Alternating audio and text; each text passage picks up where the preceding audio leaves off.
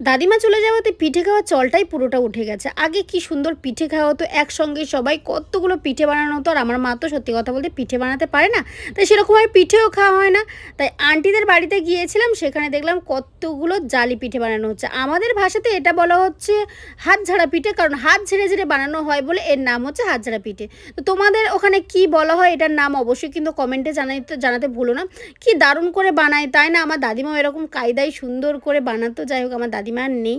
তো যাই হোক, কেমন লাগলো অবশ্যই কিন্তু পিঠে বানানোর স্টাইলটা তোমাদের কেমন লাগলো অবশ্যই কমেন্টে জানাতে ভুলো না। আর সত্যি কথা বলতে দেখে মনে হচ্ছে অনেক সহজ, কিন্তু করতে বিশাল কঠিন আছে, চাপ আছে। আমি একটা ট্রাই করেছিলাম, পারিনি।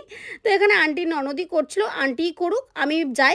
তো এখানে দুপুরবেলা খেয়েছিলাম মাছের ঝাল, মাংস, ডাল। আমি পিঠে দিয়ে মাংস খেয়েছিলাম, আর ভাত দিয়ে খেয়েছিলাম মাছের ঝালটা আর ডালটা।